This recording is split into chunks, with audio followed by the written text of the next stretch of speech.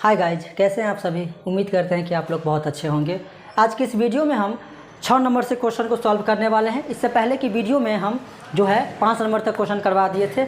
हम पढ़ रहे थे त्रिकोणमिति के कुछ अनुप्रयोग 9वां नंबर चैप्टर पढ़ रहे थे। चलिए फिर शुरू करते हैं और देखते हैं कि 6ठा नंबर क्वेश्चन क्या है आपके मोबाइल स्क्रीन पर। 25 नंबर क्वेश्चन है कि 25 मीटर ऊँची किसी पहाड़ी की चोटी से किसी मीनार की शीर्ष, पहाड़ी की चोटी और मीनार की शीर्ष, ये देखिए यहाँ पर ये पहाड़ी है, ये 25 मीटर का, ठीक। और उसके बाद फिर यहाँ पर ये हमारा ज़मीन है और ये हम क्या देख रहे हैं यहाँ पर जो है वो एक हमारे पास मीनार है। क्या है? एक मीनार है। तो पहाड़ी की चोटी और मीनार के शीर्ष का उन्नयन कोण, तो उन्नयन कोण कहाँ पर बनेगा? यहाँ पर बनेगा। उन्नयन कोण के बारे में कह रहा है कि वो मीनार के पाद, क्या कह रहा है कि मीनार के पाद का अवनमन कोण के बराबर है। तो ये जो मीनार है, ये मीनार है, ये पहाड़ी हो गया, तो मीनार का पाद ये है ना, निचली भाग, उसके अवनमन कोण के बराबर है।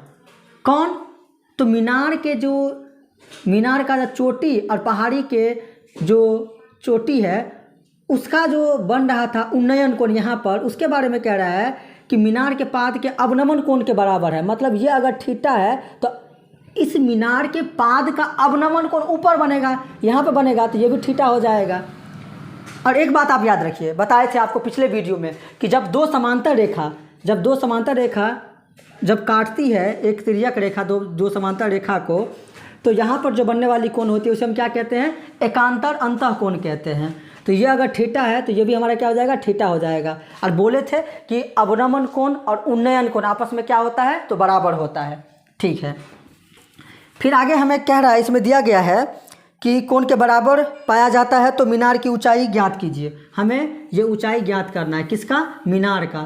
ये पूरे में मीनार का ऊंचाई ज्ञात करना है, ठीक है। आइए देखते हैं, ध्यान से देखिए आप नीचे में, तो आपको नीचे में एक आयत नज़र आता होगा। क्या आयत नज़र आता है नीचे में? तो आयत में एक खास बात होती है कि आयत में आमने सामने की भुजाएं आपस में क्या होती है? तो बराबर होती है। तो ये अगर 25 मीटर है तो ये भी क्या हो जाएगा? 25 मीटर हो जाएगा। मैं इसको x मीटर मान लेता हूँ, x मीटर इसकी लंबाई मान लेता हूँ। तो ये अगर x है तो इसके सामने की भुजा ये भी क्या हो जाएगा? x मीटर हो जाएगा, क्योंकि आयत में आमने सामने की भुजाएं क्या होती है? आपस में बराबर होती है, ठीक है।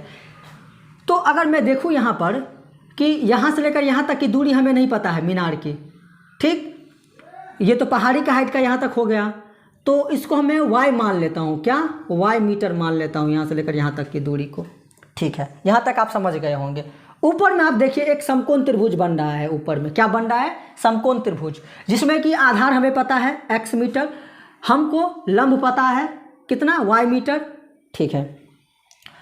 तो देखिए हमें पता क्या करना है? ये पता करना है, हमें मीनार की ऊंचाई पता करना है। तो यहाँ तक तो हमें पता ही है, ये आधा हमको पता करना है। सबसे पहले यहाँ पर देखिए नीचे वाले में इसको हम नामकरण कर देते हैं, A B C D और ये E हो जाएगा।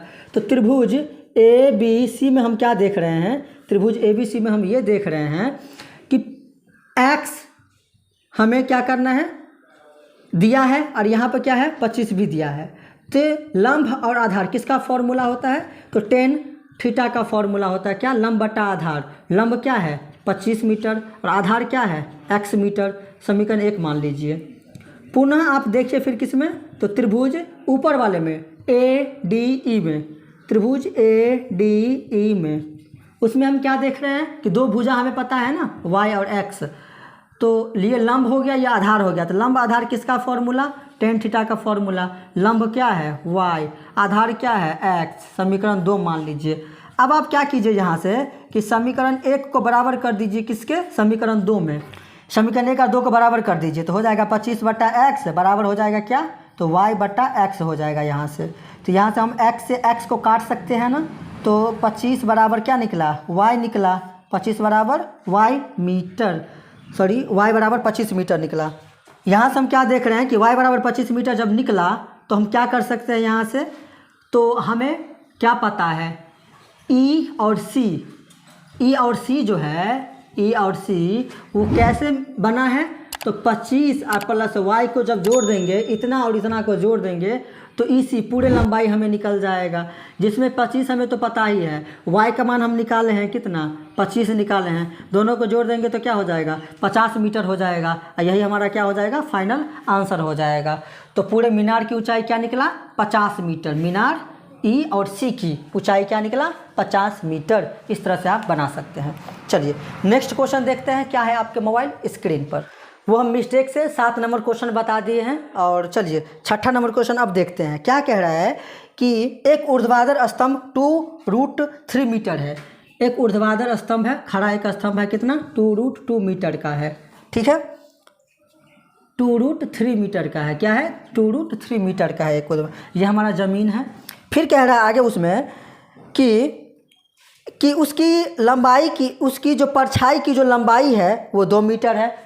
तो यहाँ पर मान लीजिए कि रोशनी आ रहा है, सूर्य है यहाँ पर, ठीक है। तो और ये हमारा क्या है, एक ऊर्ध्वाधर हमारे पास क्या है, ऊर्ध्वाधर एक स्तंभ है। इसकी छाया यहाँ पर बनेगी जो कि कितना है, 2 मीटर है। इसको इससे मिला दीजिए, हमारा ये समकोण त्रिभुज बन गया। फिर आगे लिखा है कि उसमें कहा है कि प्रकाश स्रोत का उन्नयन कोण क्या होगा। ये प्रकाश स्रोत है, यहाँ से प्रकाश आने का जरिया है यहाँ से, तो उसका उन्नयन कोण हमेशा नीचे बनता है। हमें ये पता करना है, ठीक है। थीटा का मान हमें पता करना है। ध्यान से समझे आप कि 2√3 मीटर का एक स्तंभ था, उसकी परछाई यहाँ पर बनेगी जो कि 2 मीटर का था। तो प्रकाश स्रोत, यहाँ से प्रकाश आ रही है, उस स्रोत का उन्नयन कोण यहाँ पर बनता है, वो हमें ज्ञात करना है। तो जो दिया है उसी से रिलेट कीजिए कि उसका फॉर्मूला क्या बनता है। जैसे ये लंब हो गया, ये हमारा आधार हो गया, ये कर्ण होता है। तो लंब और आधार, इसी से हम थीटा का मान निकालेंगे। लंब और आधार किसका फॉर्मूला होता है, tan थीटा का फॉर्मूला होता है लंब बट्टा आधार। लंब क्या है 2√3 और आधार क्या है 2 से 2 गया तो tan थीटा बराबर tan कितना डिग्री का मान √3। तो tan हम कह सकते हैं tan 60 डिग्री का मान, कितना, tan 60 डिग्री का मान होता है √3। tan से tan गया तो थीटा बराबर क्या निकला 60 डिग्री। तो यही हमारा क्या हो जाएगा, फाइनल आंसर हो जाएगा। इस तरह से आप क्या कर सकते हैं, तो बना सकते हैं। 8वां क्वेश्चन आपके मोबाइल स्क्रीन पर, जिसमें कह रहा है कि यदि किसी ऊर्ध्वाधर स्तंभ की ऊंचाई जमीन पर उस स्तंभ की छाया की लंबाई का √3 गुनी हो तो सूर्य का उन्नयन कोण क्या होगा। ध्यान से इस क्वेश्चन को पढ़िए। क्या कह रहा है कि यदि किसी ऊर्ध्वाधर स्तंभ की ऊंचाई के बारे में कह रहा है। ऊर्ध्वाधर जो स्तंभ है, ये वाला, ये ऊर्ध्वाधर स्तंभ है, इसके बारे में कह रहा है। तो ये ऊर्ध्वाधर स्तंभ है तो इसकी छाया यहाँ पर बनेगी, इतना तो आपको भी पता होगा। चलिए मैं इसको इससे मिला देता हूँ, ये हमारा समकोण त्रिभुज बन गया। तो ये ऊर्ध्वाधर स्तंभ है और ये उसकी छाया है। तो ऊर्ध्वाधर स्तंभ के बारे में कहता है, क्या कह रहा है, देखिए, ऊर्ध्वाधर स्तंभ की ऊंचाई जमीन पर उस छाया की, जमीन पर स्तंभ की जो छाया की लंबाई का √3 गुनी है। तो जमीन पर स्तंभ की जो छाया है इसका √3 गुना है। कौन, ये स्तंभ की ऊंचाई। तो इसका वैल्यू पहले हमें पता होगा, तब तो इसका √3 गुना करेंगे ना हम। तो इसको मान लेते हैं कुछ कि ये x मीटर का है, मान लिए हम।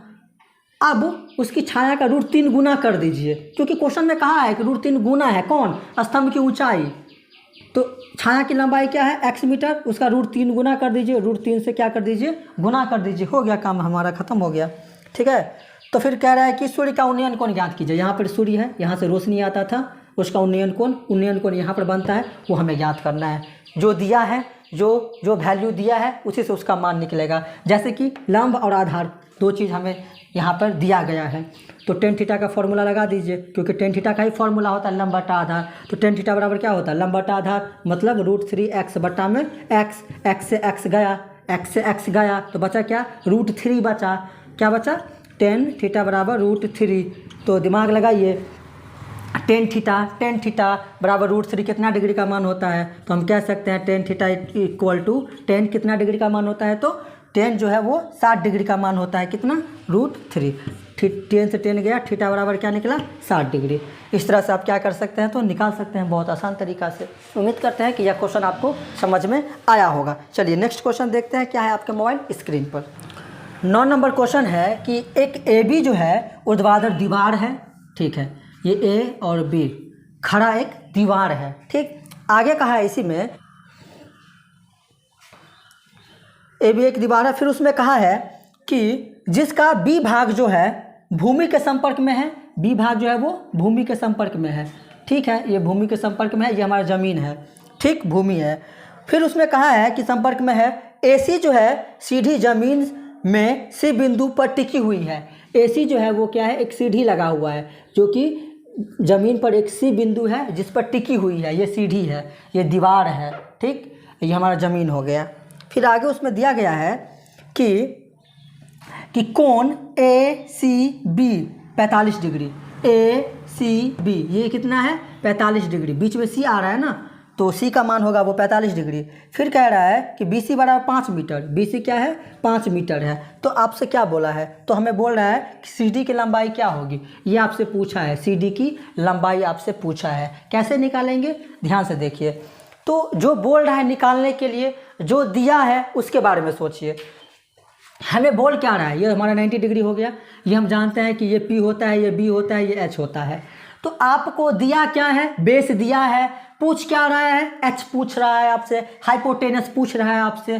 तो यहाँ से दो फॉर्मूला बनता है। एक बनता है हमारा क्या कि आधार और कर्ण, आधार बटा कर्ण, आधार बटा कर्ण कॉस का फॉर्मूला, आधार बटा कर्ण किसका फॉर्मूला, कॉस का फॉर्मूला होता है, ठीक। तो वहाँ से भी हम मान निकाल सकते हैं, ठीक।